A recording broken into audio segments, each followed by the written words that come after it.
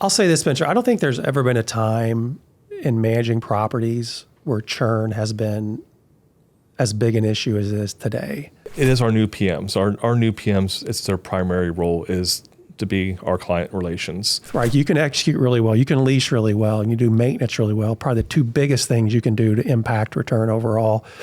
But you have to communicate what you're doing too. Scott and I get quotes on our own properties. Like, what? Like, you serious? Did they mistype this number? And so we feel it too. We do. I think the big mindset for me, at least, was knowing that it's never gonna be perfect. I mean, I had to let go of that. I mean, I'm a recovering perfectionist anyways, so I tried to let go. Well, that's when you're in operations, which is great. Right.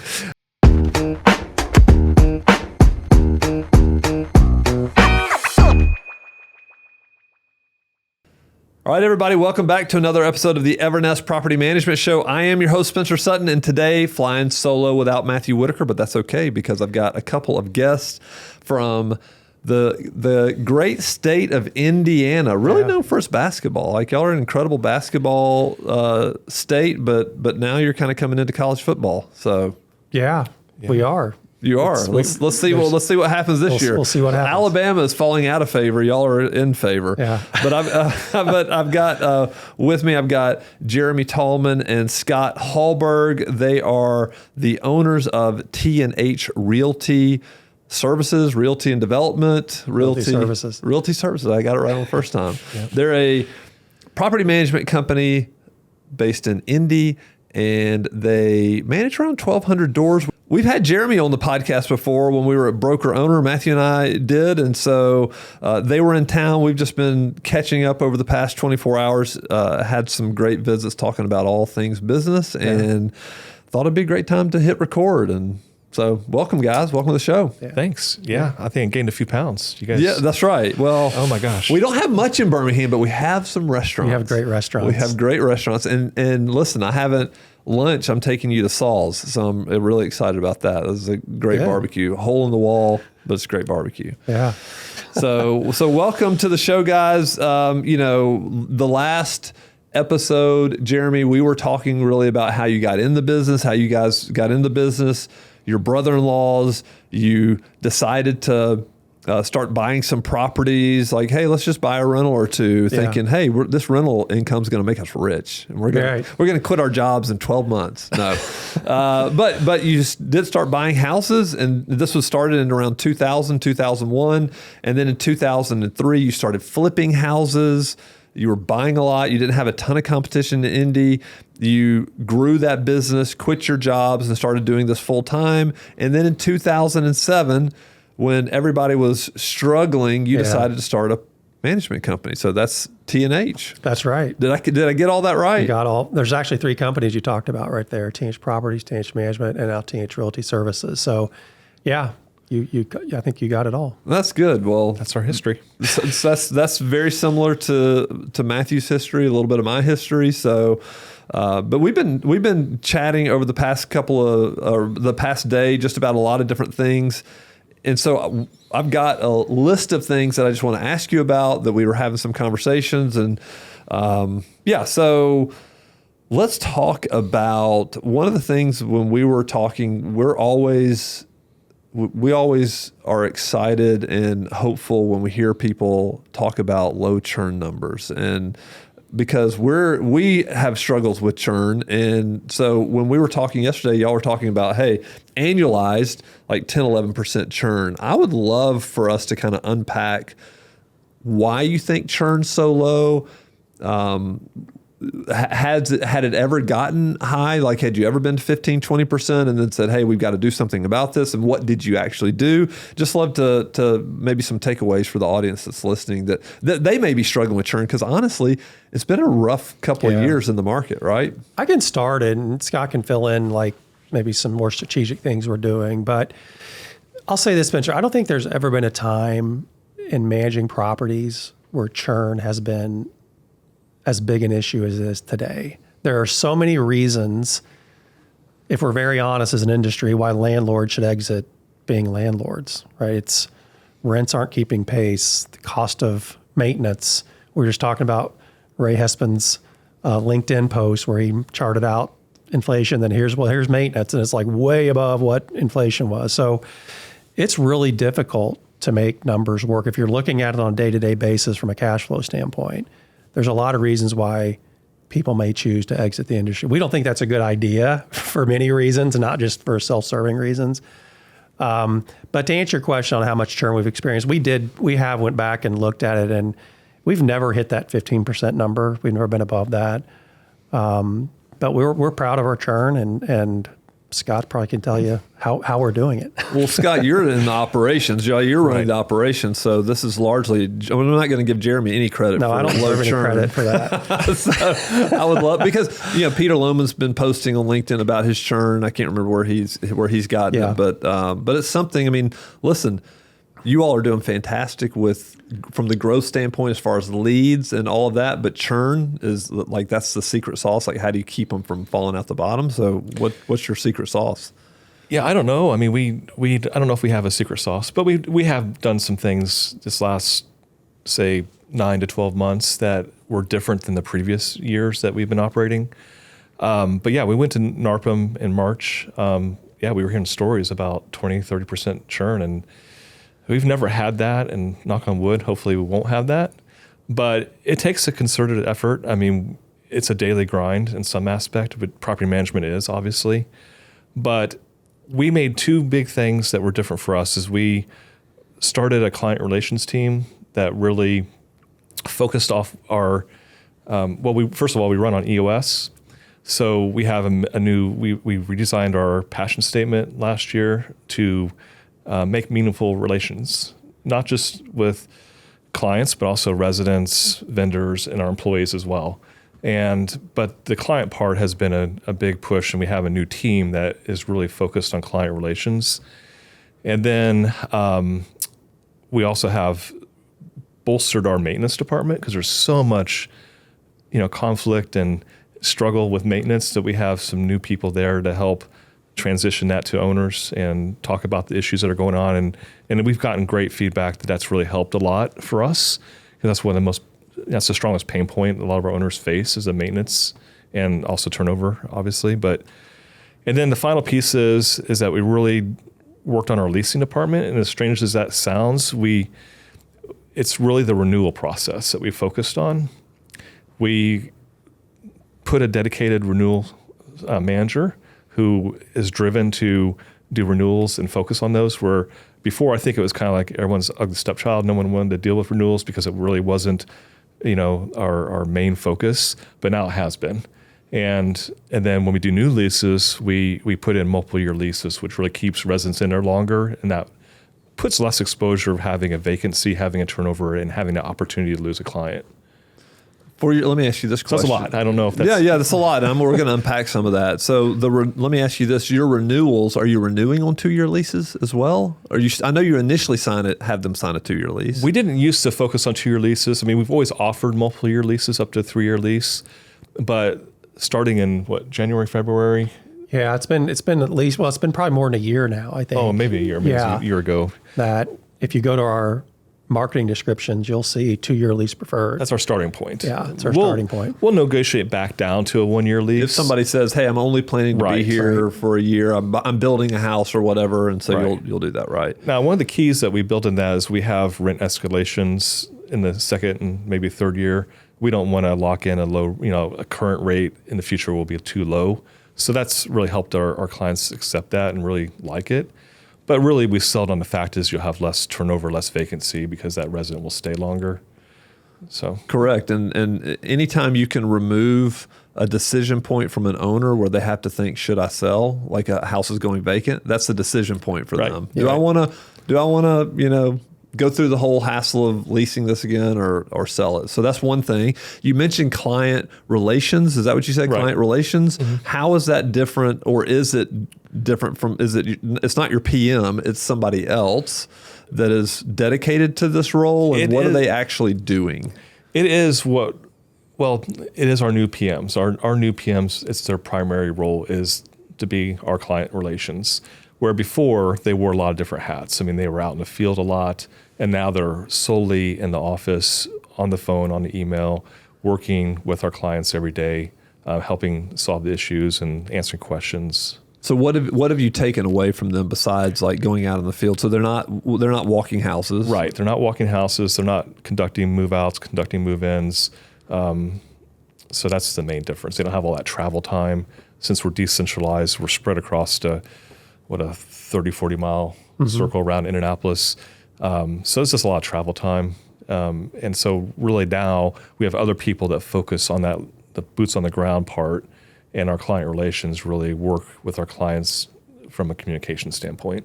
All right. And then you also mentioned like a maintenance, sounded like kind of like a maintenance education and expectation service. Like, so what does that entail? What are they actually We're still doing? working out all the details on that, but we do have, we ran maintenance very lean for a lot of years. I mean, we just had techs, our guys out billing hourly, and we had a manager, and that was it for many years. I mean, probably from 300 doors all the way up to, maybe 1,000. And we ran very lean. But it became too much for one person to handle. And now we have a series of remote team members that do basic maintenance coordination.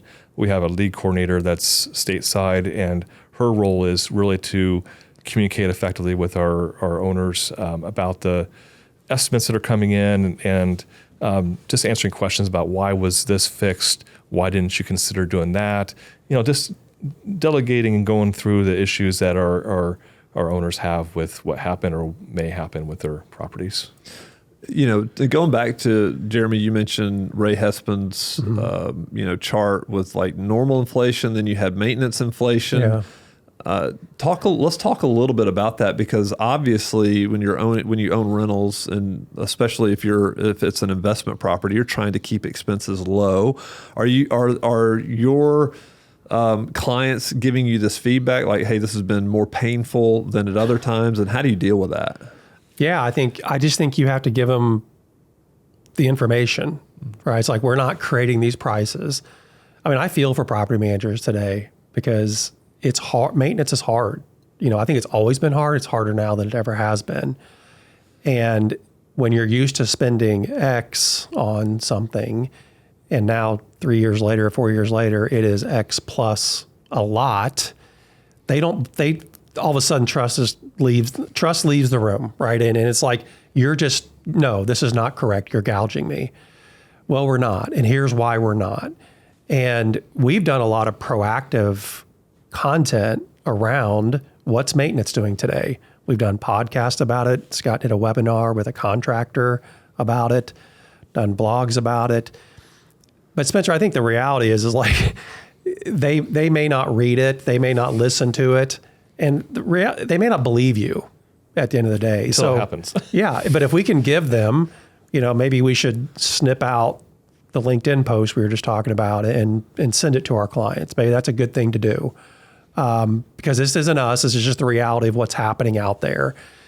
And look, some investors do get it because maybe they've done their own shopping, trying to find prices, whatever. But that's why I started the conversation is that a lot of people exit because of that. It's like, these numbers just don't make any sense anymore. Like you just I can't do this anymore. It doesn't pencil out anymore for me. So I think now is my exit. Again, it's like, why don't you hold the course? Let's look at the bigger picture of let's do a pro forma of what your property's done over the last few years. And we have some tools where we can do that now. Because you may lose $2,000 this year. You may lose $3,000 this year, but what did you gain in equity? Like, what's the bigger picture that we're trying to work toward if that's your goal? So it's just really educating as much as possible, and not just what we think, but what other people think, giving them like third-party data. Non-biased. It's like, this is just the reality of what it costs. Because Scott and I get quotes on our own properties. We're like, what? Like, you serious? Did they mistype this number? And so we feel it too. We do.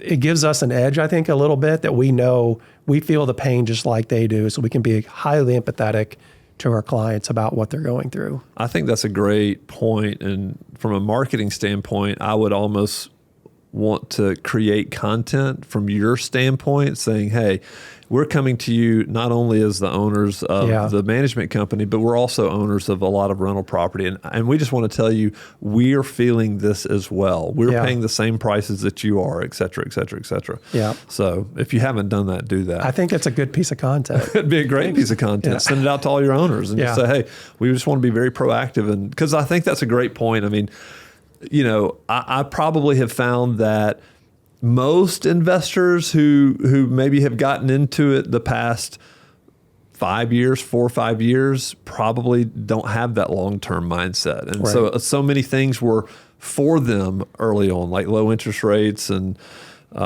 leasing was super easy and everything looked really great. And then all of a sudden maintenance starts. Yeah.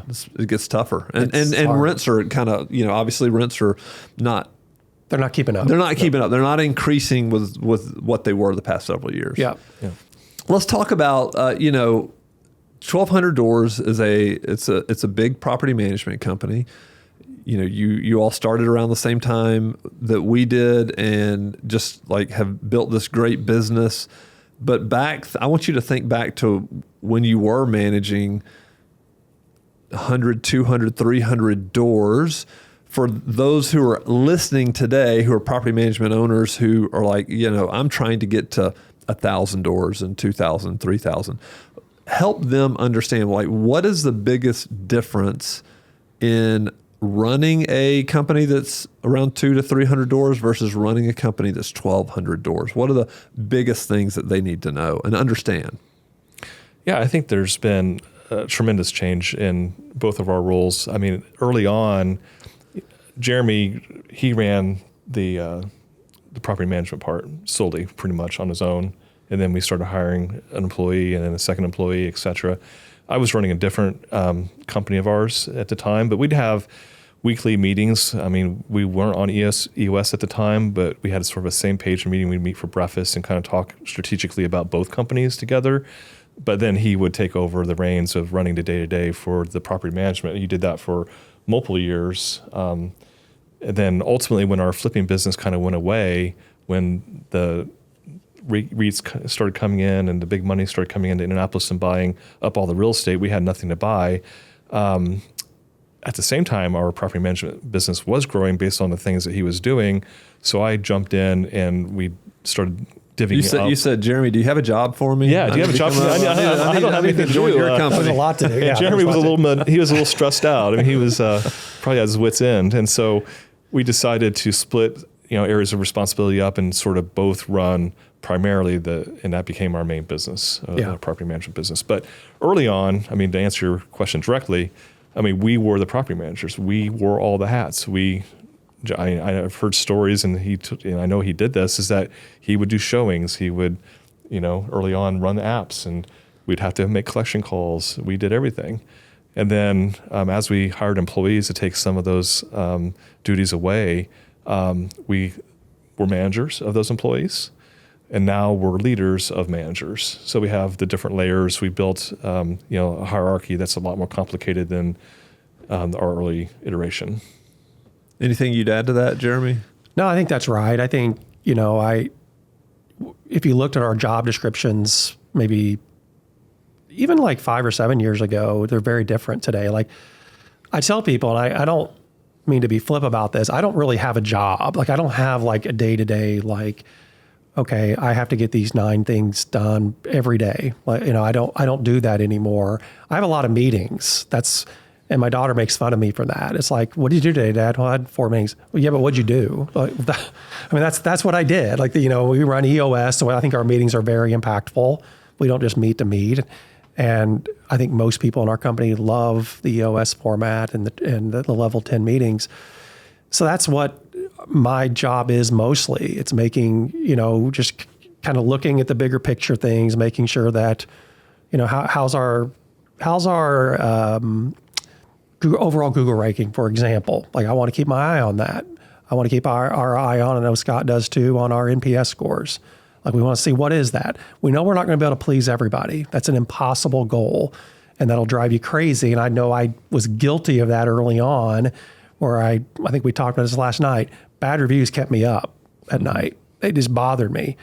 I don't love them today. I mean, don't get that wrong, but it's not like they don't mess my day up, right? I know it's just, our biggest thing is that the things that we worry about are our people doing the things that they should be doing every day, all right? Because you have to do this, you have to do good work every day to be successful in property management.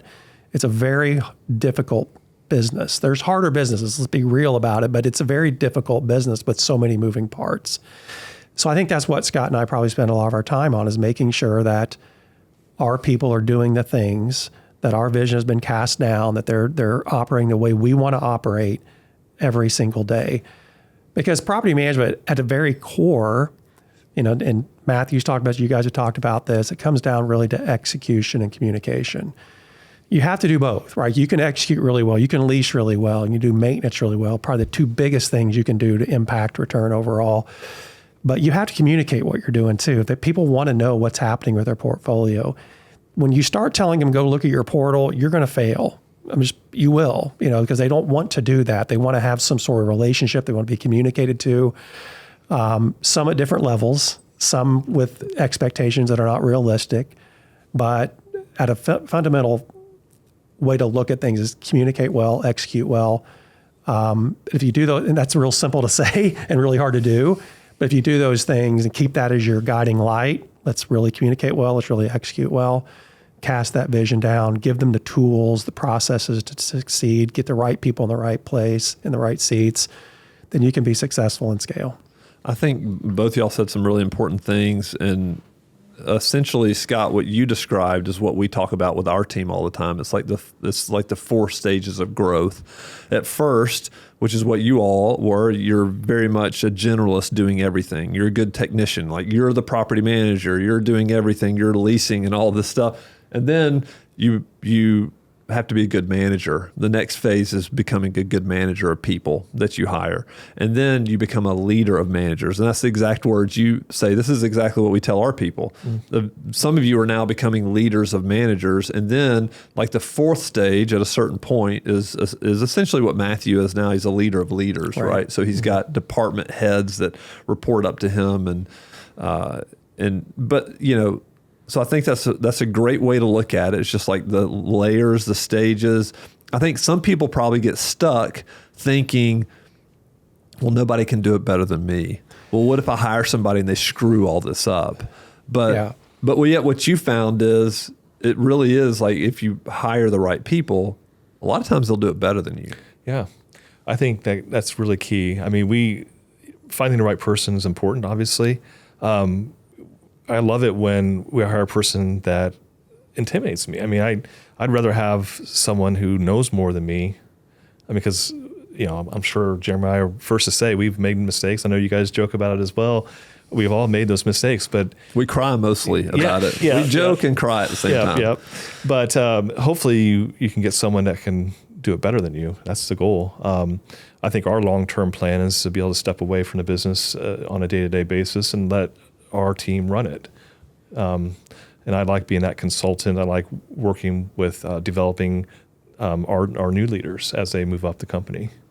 That's my passion. Yeah. So talk about a little bit about how you hire people. I'd like to know that, because how many do you have on staff? Did you say 40 people? It's 46-ish. Yeah, I'd say 45, 48 range. So what's your process for hiring folks? Do y'all hire a recruiter to go do it, or what do you do? We've never used a recruiter. Mm-hmm. Pretty much just do it ourselves. I mean, we have a kind of an HR manager, director, and she does a lot of the initial screenings. And then, so we have several stages of interviews. I mean, we don't run through the gauntlet that I've heard you guys talk about, but we do have different stages. So we'll have an initial phone interview with them. And if they don't cut that, you just move on.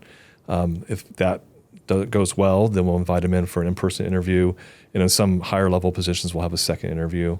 But we've read some books. I'm sure we've taken some good ideas. We've heard from you guys. We've modeled the Who. Yeah, the Who book. Yeah, we've got it right there on the shelf. Yeah, we've modeled the Who book with our interview questions and a lot of the cadence.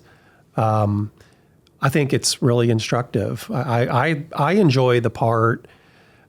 I haven't interviewed someone actually for quite a while, for whatever reason, but The last hire we made, I really enjoyed going through and talking about the questions you ask about each job. Like, tell me what you were hired to do. That sort of sequence through. Yeah. What are you most proud of? Yeah. What's your biggest accomplishment? Things like that. Yeah. And I think it's really constructive as to what they consider to be, like, what was their biggest accomplishment, how they handle things, problems or adversity, and really testing them to see if they tell you an accomplishment and you go, doesn't seem all that great.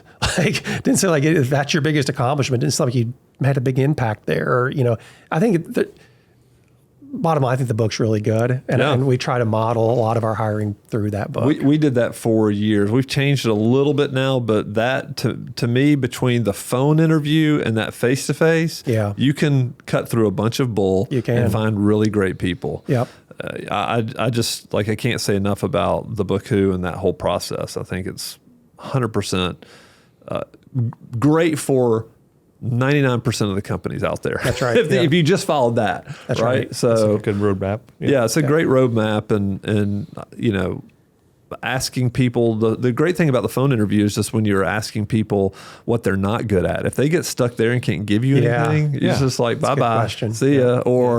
Or, well, I think I'm good at anything I put my mind to. I'm like, well, you're not. So you're not good at interviewing, so you're gone. And that happens a lot. Yeah, it happens a lot. Yeah. But that's the whole thing. If you have ambitions for your company, you have to take great pains to hire the right people. Yeah. And we've all hired the wrong person. Right. And we know how painful and expensive that is. It's a very expensive process. Yeah. And I think the book Who, it probably helped us avoid, 50% of those problems down the road. Right. It helped us do better, hire better people. And now we have a whole, our PX team is fantastic. And we're trying to train as many people as we can, because once you said you hadn't done interviews in a while, once you start entrusting other people in your company to hire people, it's a big trust. You need to train them on. It's a big change for us. It's a big responsibility you're giving somebody. Have you ever had that go wrong, or mostly it's like, wow, this has been fantastic?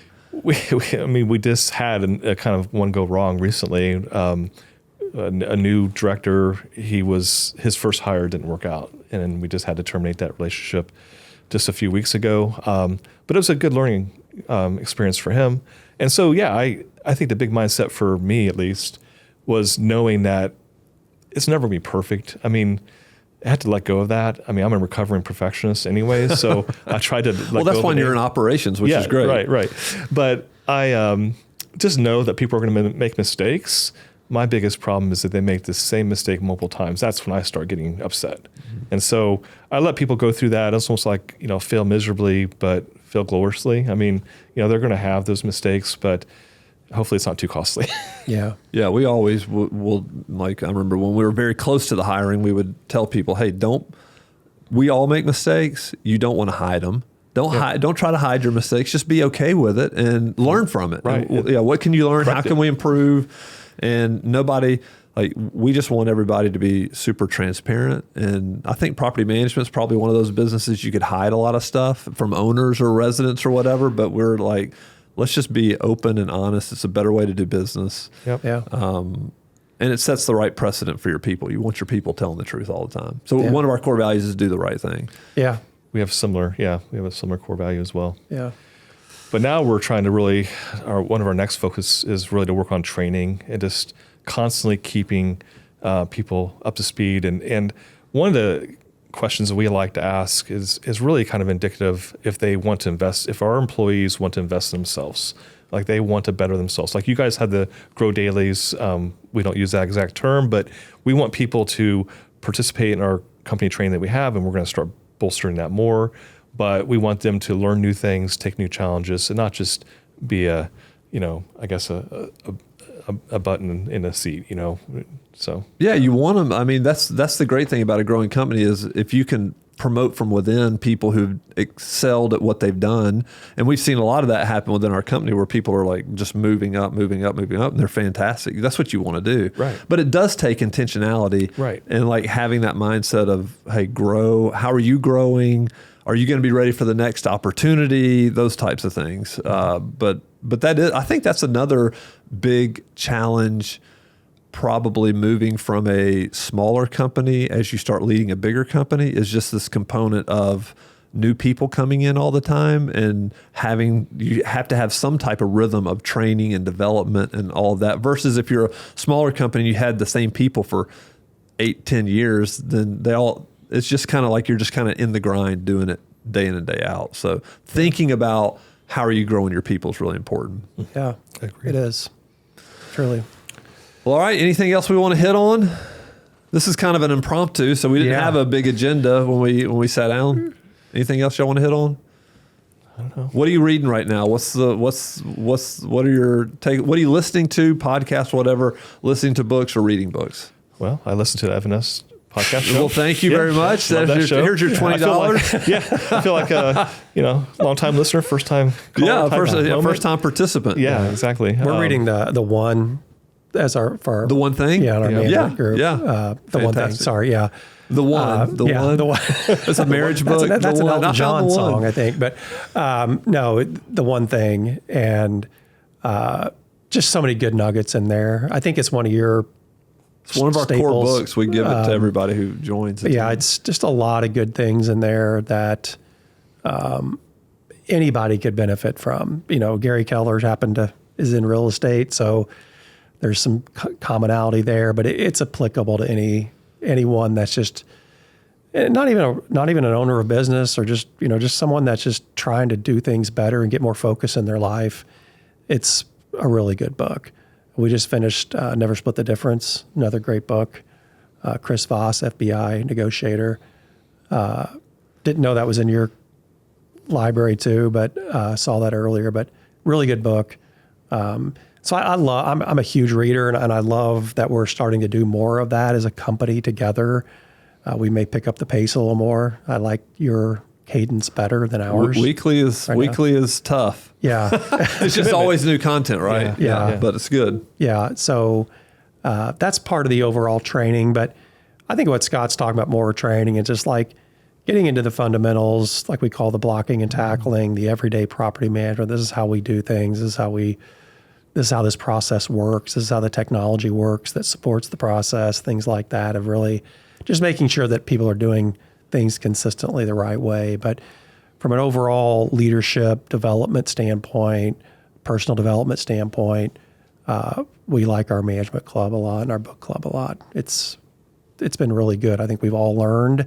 It's allowed us, one of our guys that works for us, he's told ChatGPT here's our books that we like to talk about, or like this is kind of our philosophy and how we like to manage and treat people and approach people. And it's been great to kind of see some of the benefits of that technology and the books that we're reading get implemented into things we do each day. I mean, we were just in the hallway and we ran into Gray Hall, and we were just kind of talking about Shoe Dog.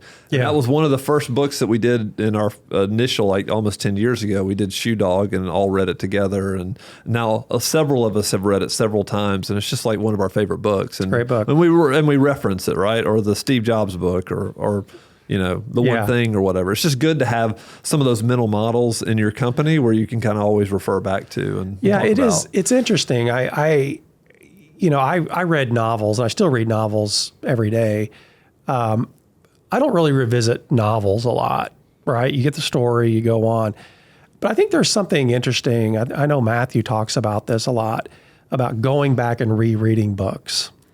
And I think one of the first books we ever read was Good to Great as a company. I'd be interested to see going back and reading that today, like 3 years later. Our business looks different. Our mindsets are different. We'd probably get so much a different spin on that. But that's just one example. Because to me, they're almost like textbooks that you kind of need to go back and consult. I love the fact that you guys are using What the Heck is EOS? That's your 25,000 K Club book right now. Yep. That's a very fundamental book that it's a quick read. It's easy to digest. But just getting back to those very basic things about how EOS runs and how our company should run. It's smart because you kind of take that for granted that, people remember we did that. We've already read that book. No reason to go back. probably are reasons to go back if you think about it, because our business is different. We're different. Yeah, that's what I was about to say. I heard somebody say you should always read books, multiple times, because the book doesn't change, but you do. That's right. And so you're reading it with a whole different perspective, right? Maybe get a different color highlighter the second time through. Yeah, maybe. right. Or maybe buy a new copy and with no highlights, Yeah. right? Something else would probably stick out to you. I read books with highlights in them that I've done, and I'm like, sometimes you're kind of you're drawn to the highlighted part, and you probably should just have a blank screen just to say what's going to stick out to me now. Yeah. But people are so forgetful. We're all forgetful. We have to keep coming back to these things over and over and over again, just as a reminder. And again, the people, there are newer people on the team. Like we just finished What the Heck is EOS. I can't tell you how many times we've read that book. Yeah. I can't tell you how many videos we've done on it, internal videos about what the heck is EOS and traction. And we did a whole webinar series on it. But there's still value in coming back to it. Yeah. Because we want it to be a part of who we are. Yeah. And so we have to keep revisiting that. So great point. It's good stuff. Yeah. All right. This is a great place to start, everybody. Thanks for being here. We will be back next week. And thank you guys for joining us and thank you. coming in the studio. So we'll be back next week with another episode of the Evernest Property Management Show.